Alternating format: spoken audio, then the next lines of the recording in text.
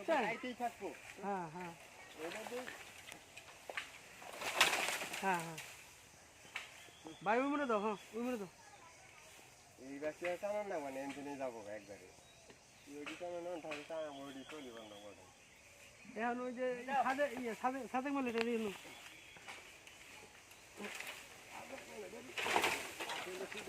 ছোট মূল্য নেন 5টা। হয়তো কিছু 2 টাকা নেন।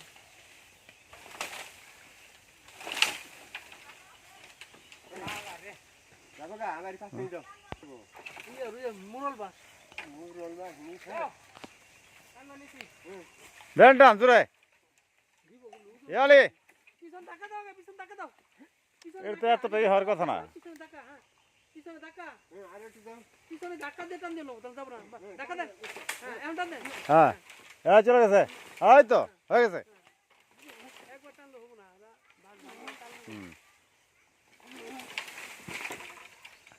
বাঁশের মতো বাঁশ এটা। এটা বাকি এর দাম চল বড় হওয়া সমস্যা নেই। চলার মতন ভাড়াটা তো লসেন 100 টাকা। ওই জানলাম নামটা দিবে। দিলে তুমি 120 পুরা এই ভাঙি আসে গেলি খাই আল্লাহ তাও ভাঙে দাও গা। তাই নাকি এত শক্ত? আরে একটু কোনটা জুড়ে দেন খালি। না তুই করে দে কি করতে না জানা না। এই যে একটু দবাই দাও। এবার ভাষার মতো কি করার লাগবে না। আমরা কি কাম করছি মানে আইগে ছিলাম না।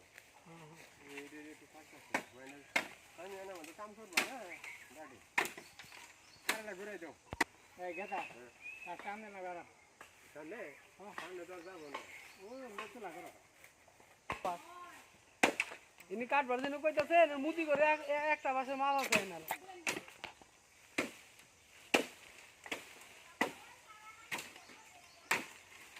এই সমস্যা সম্পূর্ণ করে না জানি আমাদের কাছে একটা করে কয়টা বাসা এটাই তো বললাম যে দৌড় বাস আমরা বাস তবে বাস পেয়েছি তাহলে আনলাম না দুটো এক পিসের বাস নিয়ে হল আরো বেশি বাস আরে দিয়ে কেন না এটা মাঠের কাজ করতে পারেন তুমি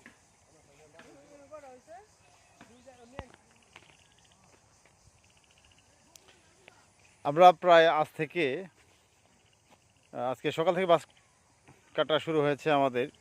আমাদের ঈদগাহ মাঠের জন্য বাস কাটা শুরু হয়েছে। মোটামুটি প্রায় আমরা এই যাবৎ